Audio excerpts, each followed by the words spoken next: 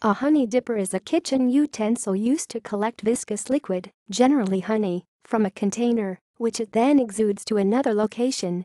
It is often made of turned wood. Besides the handle, the tool consists of equally spaced coaxial grooves.One. Any method of using the tool is to dip the grooved end into the liquid, then slowly twirl the handle between the thumb and fingers while in transport to prevent dripping. It is commonly used to drizzle honey on bread, biscuits, or other foods of that nature. The tool is sometimes made of plastic or glass. In popular culture, the mascot of Honey Nut Cheerios, Busby, has carried various incarnations of honey dippers. Winnie the Pooh toys by Mattel have featured a honey dipper alongside the bear. Alternative term usage.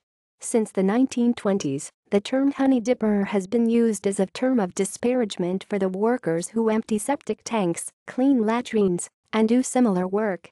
There are many other terms for people doing this work. See the history of manual scavenging and the history of sanitation.